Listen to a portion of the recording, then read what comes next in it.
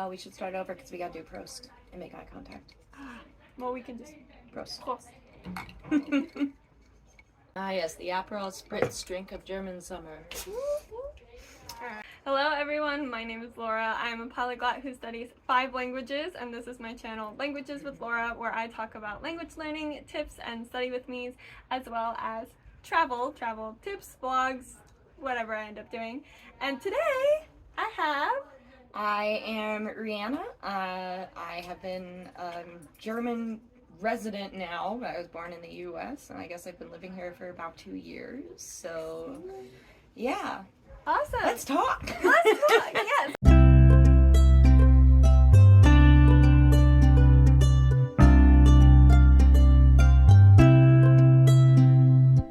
To do a video with me to talk about her experience moving to a different continent, getting used to another culture, learning a language, and just kind of talk about like what you're doing here, why Germany, like just Sure. very casual chat. Yeah. If you want to just like kind of start from the beginning. Like, were you studying German before you came here? What drew you to Germany? Sure. Well, actually, it started as an infatuation with German as a language. I was a voice major in college, and as a voice major studying opera and the like, you have to sing a lot of German Lieder, which is art song for voice and piano that sets romantic German poetry to music. And I just absolutely fell in love with the poetry. I fell in love with the sounds of the language, with the rhythm, and really the imagery and the words. And it became a goal of mine to really learn German. So in the summer of 2012, I went to Salzburg in Austria for a opera program. And while I was there, I really liked Austrian culture enough on its own, but then for one weekend, some friends and I went up to Munich, and I just absolutely fell in love with everything about being in Germany. Now, one thing you do learn pretty quickly being here is that Munich is not the rest of Germany. Germany has a lot of different, very diverse cultures and very, very diverse kind of things. Cologne has its very own kind of culture going that I absolutely love. Yes, and I should quick mention that we are in Cologne, Germany yes. right now. That is our current location. Yes, that is where we are. Yeah. That's where you have been for a while, but yeah. Anyway, continue. Oh no, absolutely. Yes, that is where we are. And it is a Saturday evening, so lots of people are starting their nights and their revelry, Well, and it was a very hot day, so we take advantage of the weather, but yes, you might be able to hear thunder in the background, so hopefully that means it'll cool down, preferably not while we're filming, but if that happens, we'll just scoot on indoors. Absolutely. Yes. Well, I did actually have the thought when I was in Munich that one time, I was like, I'm going to come back here, and someone's going to pay me to do it. And that's everybody's dream, right? It really was. It was really my literal thought at the time. And so fast forward a few years later, and I'm out of college, and I'm trying to figure out what I want to do with my life. And I've always really liked my music history classes. I'm not saying going to graduate school for musicology was a long con to get me to Germany, but I'm not saying that it wasn't. By this point, I was researching German music and German history and finding the history of 19th century Germany just as fascinating and just as fascinating as I found the music itself. And so fast forward, 9 years from my first experience in that summer in Salzburg, and I got a research grant to come to Germany to do research on my dissertation, and also another goal coming here was to learn the language. So that was something I really put a lot of time into as well. Mm-hmm. And that's something that you and I have talked a lot about, being friends and having a mutual interest in language. Absolutely. Is that, so German itself is diverse within the country and the other countries that speak it, but then you've also mentioned to me that there's like Kölsch as like kind of a dialect. Kölsch is a dialect or a language. It really depends who you ask. Right. Kolsch has a lot of similarities with German, but it does also have a lot of similarities with English. There are some words in Kolsch that are more similar to their English translation counterpart than they are to their German one. And Kolsch does have its own grammar system that exists separate and apart from German. It has its own tenses, and its own different kinds of conjugations. German is notorious for the fact that it has 3 genders, der, die, and das, that you conjugate depending on if it's a direct object or an indirect object, and so on and so forth. And while in Kolsch they do conjugate for the nouns, there is only 1 gender. So now instead of 16 different scenarios, you're down to 4, or 8, I guess, including plural. So there is that as well. But it's really cool. I speak very, very little of it. I think the only phrase I know is ich hasch dich gern, which is I love you in Kolsch, because I have a little postcard with it. Not a bad phrase to know. Not a bad phrase to know. Yeah, you just walk around and say it to every bartender. I love that. I love you. I love you. Yeah, so most people here speak more German than Kolsch, or? Yeah, so Kolsch is still spoken fluently by about 20% of the population in Cologne. There is definitely an age difference on those two. That's definitely going to skew older, with older generations, while the younger people in Cologne definitely speak German as their first language, but also mostly speak English as well. Is it taught in schools? It is now taught in schools. But it wasn't always. It wasn't always. This is, and I could be wrong on this, but I want to say it's been for about the last 10 years that Kolsch has been taught in the Grundschule, the elementary school level. This is actually something very similar to what's happening in Ireland right now, because Irish is another endangered language. I think there are more people learning Irish on Duolingo than there are native speakers in Ireland. True. That is so true. And it makes me cry every time I see that. I'm like, oh. But it's also, just like in Cologne, that's another project of language preservation, is to teach it to people at an early age when their brains are most receptive to learning languages. I will say, my partner doesn't know this, but when we go to Ireland, I plan on my souvenir being a beginner's Irish language textbook. Awesome! Because I have such a deep passion for my Irish heritage and language preservation. Oh, yeah. So I love that you are paying attention to this with Kolsch, even though you initially fell in love with German in like the poetry and the opera and just the culture in general, not specifically Cologne, but I do appreciate your attention to. It's funny that you say that. You should check it out. It's on my desk. I have, so I went to, there's a traditional puppet show in Cologne that goes back 200 years. I see lots of puppets in the souvenir shops. That comes from the Hennesian puppet show, which is a very Kolsch thing. And yes, they do kind of look like Chucky, but it is very much Chucky a thing was here. Inspired from, because I assume these are much older. No idea. I could not talk to you about the derivations of Chucky, but the Hennesian puppet show is always all in Kolsch. And at the puppet show, I bought a children's book that was my first 100 Kolsch words. Oh, and so I love that. Also a compendium of regional fairy tales that I also need to read through. But when I saw that my first 100 Kolsch words, I was immediately like, that is mine. It was actually the last copy, so God. Yeah, okay, so you've mentioned that really only 20% of people, mostly an older generation, speak it, but do you ever see it anywhere? I mean, obviously you just said in the puppet show, but it's not really on signs or really makes a visual presence in and around the city? So, yes and no. There are certainly a lot of businesses that will have like a phrase in Kolsch outside. So like the Reba, the grocery store, will often say something in Kolsch, like, your neighborhood supermarket or something, but it will be in Kolsch. And it's interesting, Kolsch is pretty easy to recognize when it's written because it has a lot of double vowels the way Dutch does.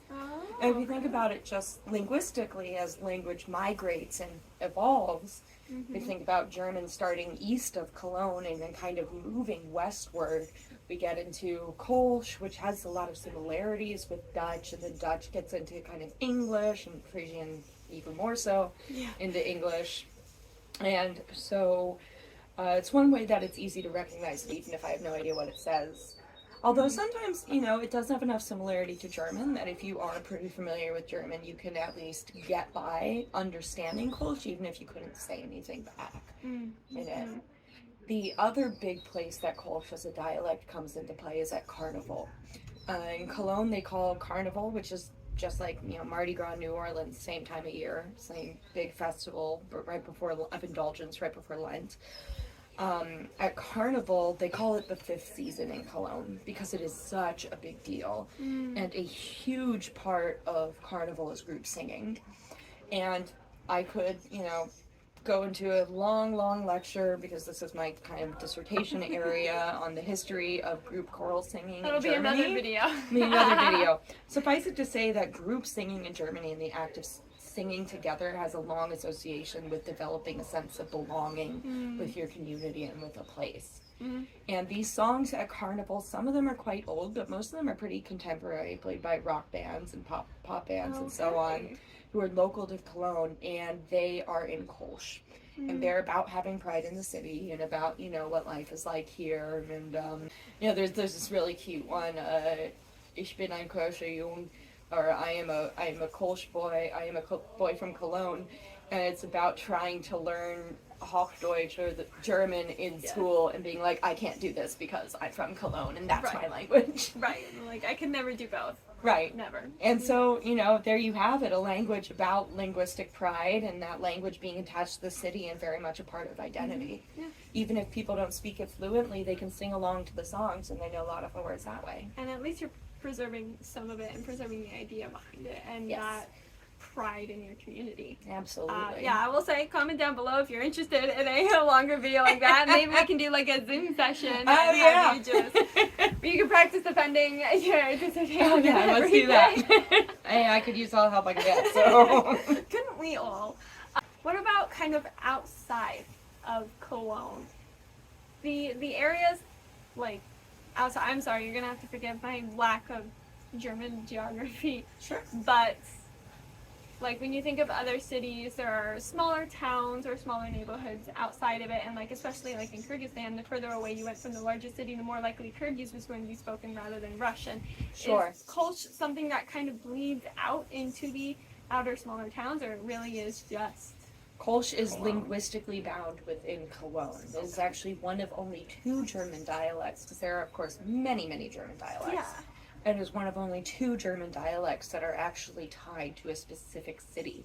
The other one, I can't tell you the name of the dialect, but it's a distinct Berlin dialect. Oh. And so Kolsch doesn't exist outside of the city of Cologne. The Kolsch carnival songs are really popular throughout the Rhineland, the area on the Rhine, which has a very long carnival culture, just having a very long Catholic history as well. It's very much tied to Catholicism and the Catholic Church calendar. And so, but it is true, you know, related to what you're saying, that certainly the further you get away from the major metropolitan areas, the more German you're going to hear and the less English you're going to encounter. Like indeed. In all the major cities in Germany, especially in Old West Germany, you can really get by in English without ever really having to learn any German, which is actually a challenge of learning German when you move to a big city. But everyone's just going to talk to you in English. Yeah, and I will get to that if you want to. Oh, that's a big thing for me. My next line of questions was going to go more into the German side of it. Yeah, but where my partner's family is not that far. It's only 20 miles away, although it takes an hour on winding roads to get there. It's very much European infrastructure. Well, because of course, when these roads were built, you weren't going to be traveling 20 miles or for an hour. You were only traveling to the next town, right? So, and his family all speaks German, and they speak a little bit of English, but most of the people in the area, especially above a certain age, don't really have much English there. And also, if you go to Old East Germany, that's even more the case. Like if you go to Leipzig is a big city, but there is very much a generational divide between if you grew up in Leipzig before the end of the World War, you were taught Russian. You weren't taught English, and more to the point, you were in the Eastern Bloc, so they didn't want you to learn English. Yeah. And So people there speak German, but they also speak some Russian, which is what they learned as children in schools. Please correct in the comments if I'm wrong on this. I don't think I am. But no, maybe I had a coworker who escaped from East Germany, and Mhm. we actually spoke in Russian more often to each other Yeah. because I didn't speak enough German. It was kind of right at the, I should learn German. I work in a German bakery, and my boss is constantly yelling at us in German. But she spoke good English. She had been living in the States for a long time, but it was just like Russian was her taste of home. Yeah, And sure. Russian was the language I was learning, and so that's kind of more so where we connected rather Mhm. than on an English or German base. Yeah. So, I think you're right.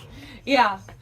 And it's funny, also going to just like the whole very regional pride thing. There's a lot of that everywhere in Germany too. In fact, my partner and I went to his niece and nephew's concert on Easter, and at the end they played the song for the Bergisches Land, which is just this very small region outside, hilly region outside of Cologne, not far away. And they have their own song that Aw. everybody there knows and Aw, sings along I with. love It's that. really cool. That That's sense so of cute. intense local pride and local belonging and identity is something I find really, really cool to witness and see. Yeah, that is just beautiful.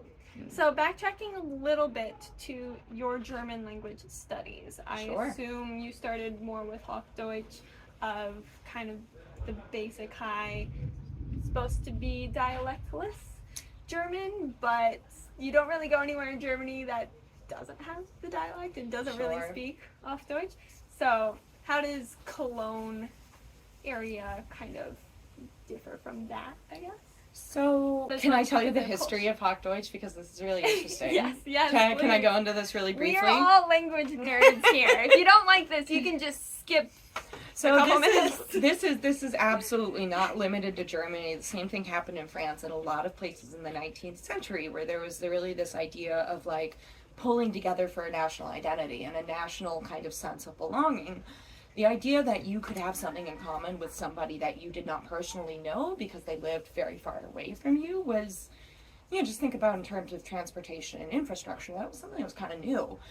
And one of the very conscious projects of this by, for instance, the Prussian government and then also the French government as well, was to instill a national language that would replace supersede, I should say, all of the dialects, because French as we know it and German as we know it were not spoken in France and Germany as official languages until the 19th century. And everywhere spoke their own dialects. And if you went to one part of Germany, if you went to Cologne, there was Kolsch, although there was Kolsch, and if you went to Bayern, there was something, Bavaria, there was going to be different, and then Plattdeutsch in northern Germany, which is still spoken there. And most of these dialects still survive in some way or another, but it was the educational program of everyone's going to be taught Hochdeutsch in schools, and that's what you're going to publish in, and that's what you'll do your official business communications in. And the thing is, of course, is Hochdeutsch or official French or what have you don't come out of nowhere. It's not an invented language. It's a dialect that is promoted to be the supreme dialect, one dialect to rule them all, or whatever you want to say. I like that. In terms of Hochdeutsch, I already told you that Berlin has a dialect of its own that's not Hochdeutsch, and Prussia was capitaled in Berlin. But so Hochdeutsch actually comes from Martin Luther's Bible. And the area in eastern Germany that around Wittenberg that Martin Luther was from, which is not far from Berlin, but it's far enough that it had its own distinct dialect as well. And that dialect is what was later kind of appointed Hochdeutsch, and it became what was taught in schools and official government communications and things like that. And what's taught to non-German speakers. And what's as taught if you to need to non-German learn German, speakers. this is what you're going to learn. Absolutely. Which, I can appreciate that all non-German speakers are learning the same thing. But, going to Germany, not everybody's going to go to Berlin, or not everyone is going to use it all the same way. Yeah, even within different places, there are dialects within Hochdeutsch that exist, certain words that you might use in one part of the country that you don't really, or phrases that you don't really use in another. So there's things like that. Like I've heard that ne, which in this region people use instead of nine. You don't really hear a lot of nine in this region. You hear a lot more ne, is something that is very much related to the Rhineland. But there are other parts of the country where if you said ne instead of nine, it would sound overly informal or things like that. It's fun too, like tschüss is how you commonly say goodbye in Germany, and you hear that a lot more than auf Wiedersehen. Auf Wiedersehen I think I heard a lot more in Austria than I've ever heard in Germany. Oh, okay. But tschüss is what we say in Cologne as well, but just going back to Bergisch Gladbach in the Bergisches Land where my partner's from, they don't say tschüss, they say tschü without the S on the end. Yeah. Well, and it's funny because I have a lot of friends who speak German, which is why I was like, oh, again, this is perfect time for me to learn German because I have a whole bunch of friends who speak German. I'll go to Germany. I have you to help me, and I have a German bakery that I'm working at. And one of them mentioned where she was studying in Germany on her study abroad, they say Tschüssi. Tschüssi. Tschüssi you say as well. And I started saying that to my boss, and he just looked at me because that's not where he's from, but he knows it because that's where Gudrun, the other person who worked there, was from. So she was like, oh, Tschüssi! And I was like, see? And the other person was like, what in the world is this person? 3 words in German, and one of them is Tschüssi. Tschüssi is kind of like, my understanding of Tschüssi is kind of like bye bye. Yeah, bye, it's kind ciao. of a kind of cutesy version of Tschüss that you would use with your friends or in an informal setting. Another thing that you could use with your friends on the other side of it is kind of like the Hallöchen. Like chen is the diminutive in German, right? So it's like, if you want to talk about something, how cute it is or whatever, you say chen. Like and I swear I'm not the only person that does this, I often call my dog my Hündchen. I was gonna say, so like your dog. Yeah, and I've definitely heard that at the dog park from other people as well. And so Hallöchen is very much that very kind of informal, very friendly, like what you use with your friends and things like things. Hallöchen. Cute. It doesn't mean little hello, but it's something that's kind of fun. It makes it a little more informal, which is fun. Yeah. There are certainly levels of formality in English, but of course they're not nearly as concrete as they are in a lot of other languages. Having an informal and formal you, for instance, the way German does, and many, many other Indo-European languages do as well. Yes. So then, when you and I were talking previously before this trip, I asked you about resources for learning German because I decided on this trip I was going to focus on like 1 or 2 languages that I was going to actually try and use, German being one of them. And so I asked you for a bunch of resources, and I'll have specific ones linked down below, but if you want to just do a quick what has helped you learn German, what resources, either like textbooks, YouTube channels, TV shows, like just what have you been doing to continue German studies? Sure. In Germany or on your own? Well, one thing I always have to start with is how I got really my foundation in German. And I did 101 and 102 in college because it was part of the degree program. But if you're really into foreign languages and there's a language you really want to dedicate yourself to learning, the College Middlebury in Vermont runs a Middlebury language schools in the summer. And it's I went in summer 2019, and it's 7 weeks intensive, and you have 4.5 hours of classes every day, and then 8 hours of homework every night, and there are clubs and choirs and theatrical productions and things like that to participate in. Here's the catch though, it's all in German. Like, you take a pledge at the beginning of your program that you will only speak German, not only in your classes or the clubs but also at meals and also in your dorms and also when you hang out with other people informally.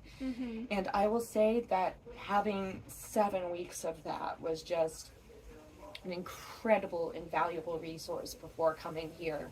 It's brutal and wonderful at the It's same brutal. time. If it was longer than 7 weeks, I'd just keel over on the spot. But for 7 weeks, it's, you put your horse blinders on, you power through it. But what I was really surprised with was having that kind of intensive instruction what a firm foundation it was for learning by immersion once I got here. So like once you have that basic knowledge of, okay, this is kind of what grammar is like and what words go where and things like that. Form your basic sentence. Yeah, I don't know how to describe it. It's kind of like you have a box. It gives you a box with a bunch of compartments, and then everything you learn, you can sort into that box. Whereas if you were like Legos or whatever, whereas if you go without any kind of foundation into an immersive environment, you're just kind of looking at a pile of Legos that drops in the sky, and you're like, okay, now what? I don't know if that analogy makes sense, but that metaphor is what I'm going with. Well, side note, the Lego Museum in Berlin is pretty cool, so... Have not been, gotta go. Yes, you should. Definitely my next research trip. And, yes, of course. My research in the archives, but also researching Legos. Yeah, and then, but of course there are a ton of things you can do to supplement your learning at any stage. Watching television is really good. Of course, if you have a VPN, certain VPNs, you can get Netflix from other countries like Germany, and you can get, like, don't tell Netflix I told you this. Netflix is actually really good at sussing out VPNs and not letting you do it. But there are also German streaming services that you can, try to do that for. I've been able to do it when I go home a little bit. And learning immersively through watching television is something that's really good as well, especially if the television shows are really dramatic. Because if it's very, like, I learned a lot of German watching the German version of The Bachelor. Because everything's so over the top that even if you don't know the words, you know what's happening. Because everything is over the top. And so you piece together the words for the situation. You kind of follow it that way. And that really helps build your confidence. And confidence is so key when learning the language. I always love to say, be confident that you're gonna make a mistake and it's gonna be okay and you're gonna move forward. Because you can't be confident that you're perfect, but you can be confident that you're gonna do your best and you will succeed. It may not be perfect, but you will succeed. And I do actually have a video of how to improve your speaking. So all of my tips and tricks for exercising, speaking in any target language really. Whether it's romantic language or Slavic language or Germanic or whatever.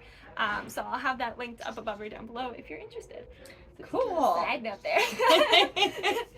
Yeah, no, and you're absolutely right. I mean, it really is so much about confidence. And the thing that I will say just in Germany and in Cologne, although I've heard this about, really everywhere in Germany, is when people learn that you're learning German, they can get really excited about it and they really want to help you out, and they're very forgiving with your grammar problems. But if you ask for help, or if you're like, did I say that right, they'll be like, no, but this is how you say it. Right. And honestly, that's like the best way to learn. It really is. And it's one thing I do that I get looks on the street for this, but I don't even care, is when I'm walking away from a conversation that I had with someone in German, I'll kind of go through it again and just kind of rewind and play it back. Oftentimes talking to myself out loud and rephrasing everything that I said to what is grammatically correct. Because there is a big difference between knowing the grammar and thinking of it quickly and using it quickly enough in everyday conversation.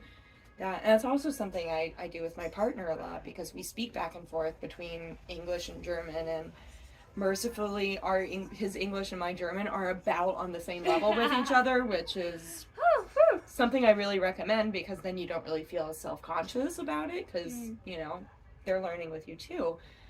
And that is something we'll frequently do with each other, is we'll say something and then we'll stop and we'll be like, say it again slowly, and be like, is that right? And then yeah.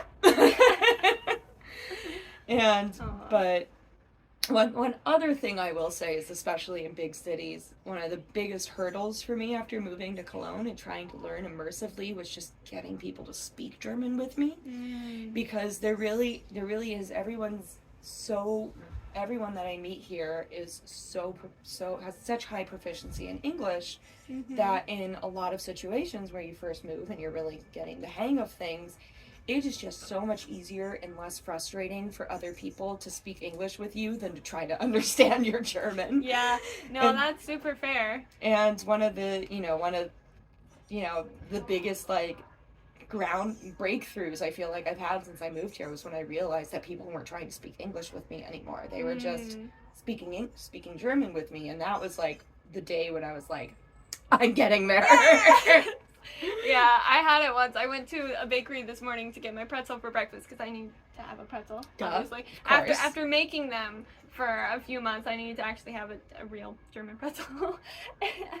And the woman, you know, realizing that I was an English speaker and that my German was extremely broken, she did say the total of what we owed in English, but I continued to speak to her in German, and she did switch back. Yes.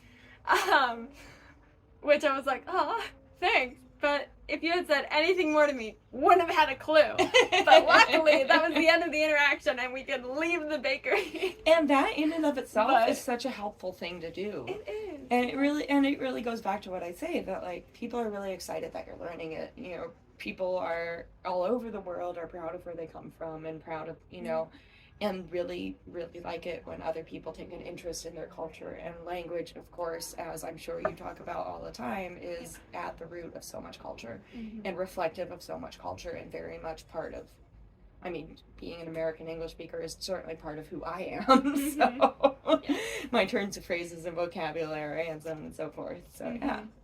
Well, speaking of culture, moving from the United States to Germany, a whole different continent, there is a whole bunch of culture shock there, both European and specifically German. So would you be willing to talk about tips and strategies, but also maybe challenges that you have had? So Sure. If anyone is thinking of moving either to a different country than their own, or specifically to Germany or another European country. And I'm also asking this very selfishly. As I mentioned to you before, That's fair. My partner and I have been exploring the possibility of moving somewhere else, possibly Europe, specifically Germany. If we were to move to Europe, Germany is kind of at the top of our list right now, Germany and like Ireland, but you know, that'll be a while from now, and it's a big if. But talking to someone who is thinking about it or might eventually do it for one reason or another, study abroad, permanence, work. Yeah. I will say that as far as culture shocks go, the culture shock moving from the United States to Germany is, I've heard, not that great. Speaking completely out of ignorance, my impression is that in terms of cultural similarities, I think the UK and the US, just from what I've seen through my own travels there, is probably the most similar cultural, is probably most similar to American culture, because of course so much American culture is derived directly from British culture, you know, the foundation of it as a political nation state. I don't want to say country because there were, of course, a ton of people living there before any Europeans got there. But nation state we'll go with. And then there's also, of course, a huge migration history of German immigrants to the United States, especially the Midwest. Noticed a lot of similarities between where we are from, specifically Midwestern culture and German culture. As someone who is a quarter German, yes. My grandfather is German. And I know what that means because my partner is German. Yes. But it's funny. I mean, and there's a lot of other reasons that there are that there is such a strong cultural connection between the United States and Germany. Just thinking historically, promoting American culture in Germany West Germany during the Cold War was a very important project to the CIA and the American government as a way to kind of prevent Eastern encroachment and or prevent or like create this natural kind of rejection of any kind of temptations of the Eastern Bloc or whatever, by basically, you know, they're wearing our blue jeans and listening to our rock music. That was kind of the whole goal there. The amount of like hard rock cafes here. You'll find it in any tourist area. That's how you know you're in the tourist center. It really is. Fair. But Not that you shouldn't go. It's delicious. It can be delicious. There's a reason that There's a reason they're popular, right? But the way I described it after I moved here is the differences between German and American culture are very small, but they're very numerous. And sometimes they're so small that it's difficult for me to like articulate exactly what I mean by that, or what kind of, sticking my foot in my mouth I've actually done. I think I've been pretty lucky to stick my foot in my mouth for other reasons besides, cultural ones. Yes. Not that I don't do that, but it's not because I'm an American, it's just because I'm who I am. But there is certainly one thing I noticed immediately when I went home is, for the first time, was there really is this gregariousness about American culture that is something that, I've read and I've been told by several of my German friends that is sometimes seen in Germany as somewhat superficial. That you act way more interested in a stranger than you should be, and small talk between strangers sitting next to each other at the bar is not something that happens as much here. Although in Cologne, one of the Kölsche Grundgesetz, the Cologne laws, is actually share a Kölsch with a stranger, a beer with a stranger, so... That's a little less true here, but I've heard in other parts of Germany. Right. One time I tried to make small talk with a cashier at a Five Guys in Berlin, and he looked at me like I had 5 heads. And I was like, okay, fine. It's not the worst thing you can do, But then, okay. When I'm back in the United States and, people are sharing an elevator, will make like a quip to each other about how slow the elevator's going or something like that. And it's just something that wouldn't really happen here, but it's something that, to be honest, I'm so used to, I kind of miss. But I also really appreciate, the sincerity of German culture, and that people genuinely want to have a real connection with you if they make that attempt at communication.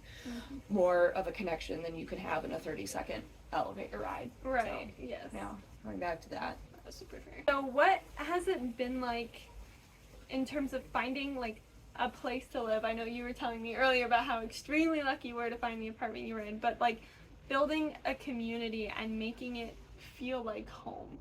Sure. Because I think that's a very important thing to do, is to, especially when adjusting to a new culture, is finding little things that make it feel like home, or finding a supportive community.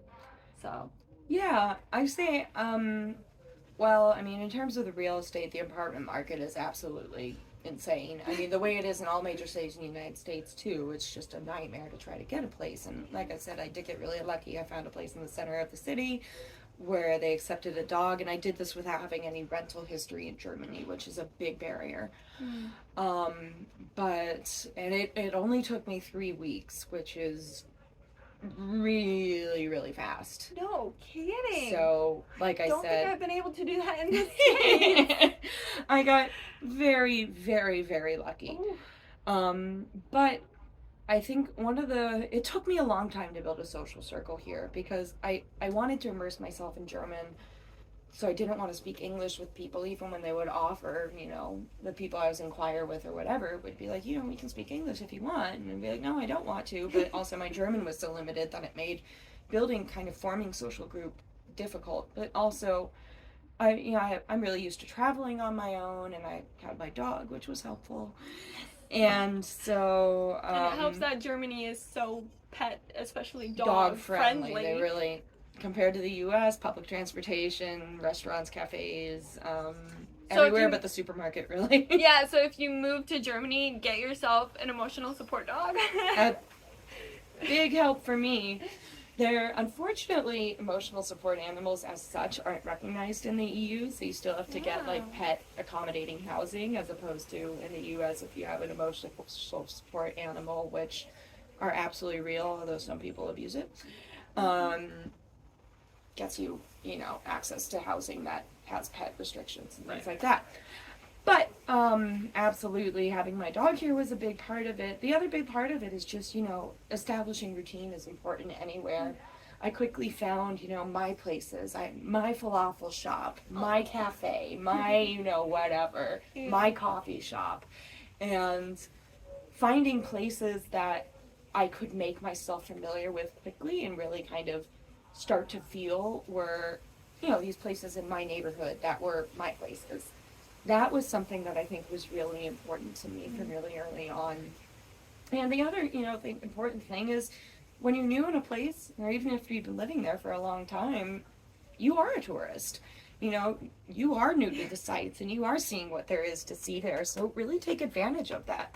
It does for the first couple of months just feel like you're on vacation because you're really just experiencing this whole new culture. I mean, you're working too and all that, but you're also doing everything you would be doing if you were traveling, going to the museums and, going to the restaurants that are on TripAdvisor or whatever, and, all of that. So taking advantage of that, I think, we've talked about this a bit. I think there are some really nice benefits of solo traveling. One thing, you don't have to agree with somebody else on what to eat. You don't have to wait for a table because you can sit alone at the bar. Obviously, a lot of my travel focus is food focused, so there is that. So really just taking advantage of being in a really cool place that you have really wanted to come to for a long time. And also just maintaining your social connections with your people back home too. We live in the age of video chat and FaceTime, and that was a big deal to me too, to really have a support system that even if they weren't directly in the area. Yeah, and pretty much almost any country, it's very available to do so. Right. I mean, definitely. Especially in Europe.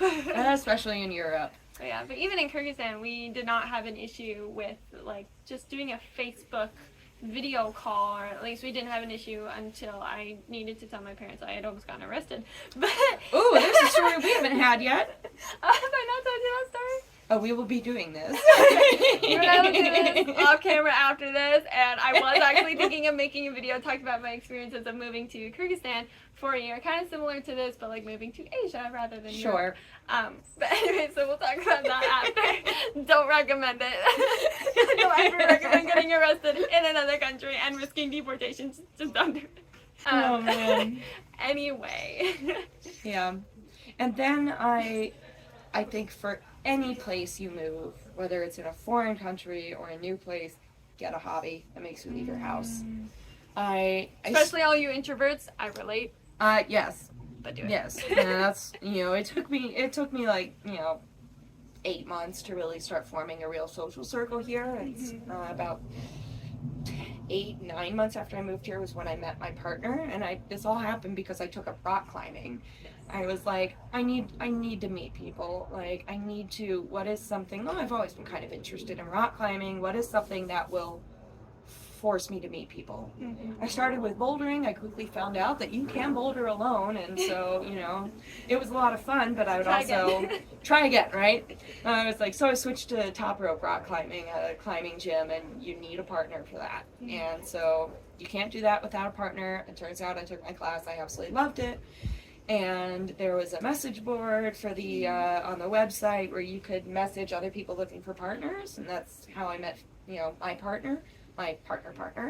And he was part of a climbing group that he invited me to join after we'd climbed together. And now, I hang out with the climbing group. I then got a job giving tours, so I hang out with my coworkers a lot. That's so great. And yeah, so finding a hobby and certainly getting a job giving tours, which if you are an English speaker, that is really an asset in that industry. And then it really helps you learn a lot about the history and the culture of the place you are. If you're someone who's newer to learning about where you are, maybe you're in a study abroad program, or even if you're someone who knows a lot about it but you plan on being there for a long time, and you can always learn something new. Right, and you're free to follow other people's tours around. At the company I worked for, you had to do that when you started. You had to follow 5 or 6 tours around and take notes and figure out what are the good things to see, but also the history of the city that way, and then go on the internet and fact check it. Of course. Not every tour you take is accurate, but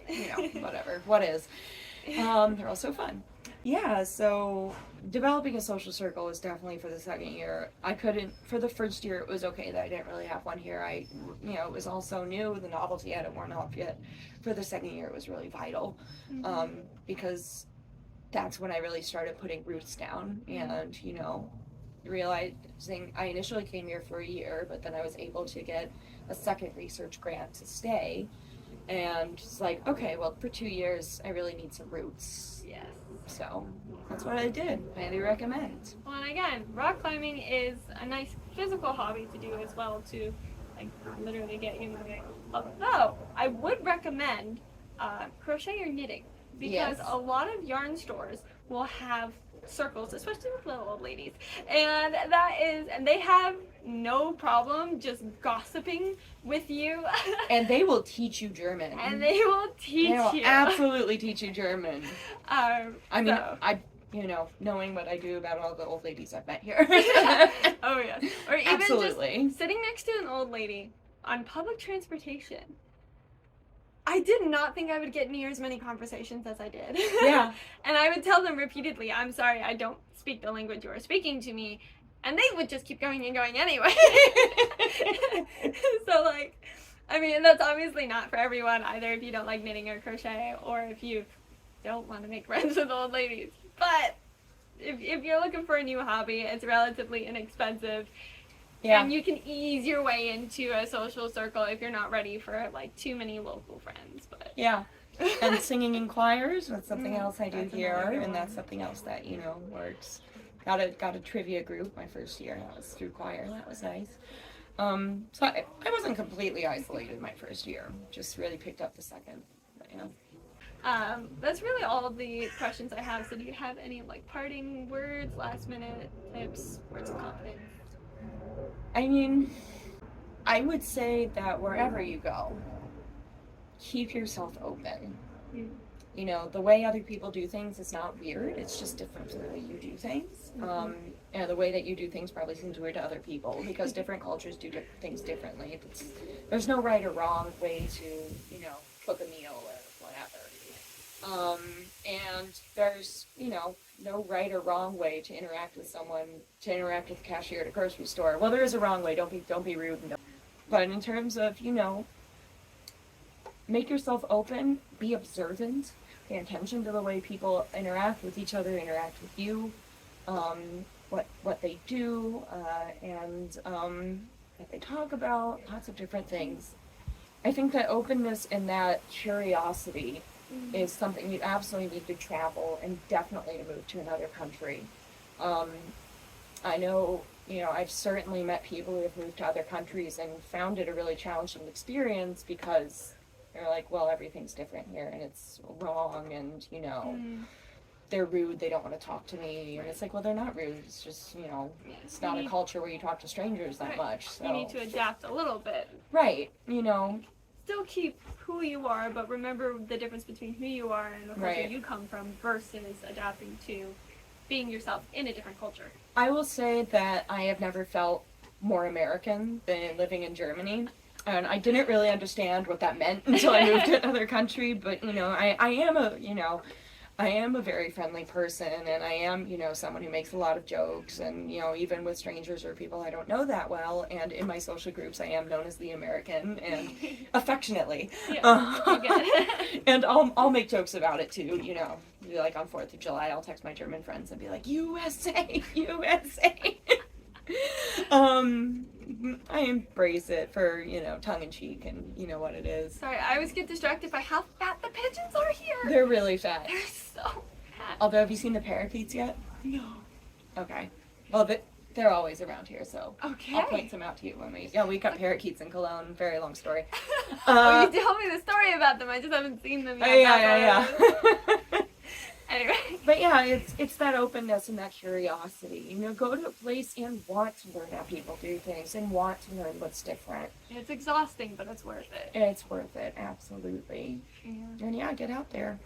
Put yourself out there. Do something unfamiliar. Try the food that looks kind of weird on the plate, You only have to try it once. Sometimes you'll be like, I'm glad I did that and I'm never doing it again. Yeah. But, yeah. Thank you so much for doing this. This was with fun. me. I It was loved so much it. fun. I love hearing myself talk. This was great. Well, it's great because now that I get to edit a video where it's not just me on and on. Well, that'd be so much fun. Yeah.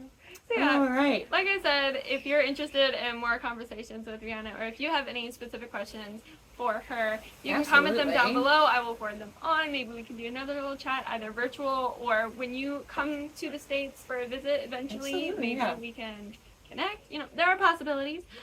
If you like this video, give it a thumbs up. All right. Oh, we've made it through our Aperol spritzes, so I think it's perfect timing. I think actually it's my bad luck to cheers with an empty glass. It's not quite empty. Okay, yours is. There we go. It's got some melted ice in there. It's fine. It's perfect. Anyway, and if you like this sort of content, either travel or language learning, feel free to subscribe. I post videos every other Monday, and I've got a lot of fun content planned, especially all these vlogs of this ginormous trip that I'm currently on. Those will be kind of in process of coming out around this video, I think. But yeah, like, subscribe, comment down below. Yeah, like, subscribe, and comment down below. Please, thank you.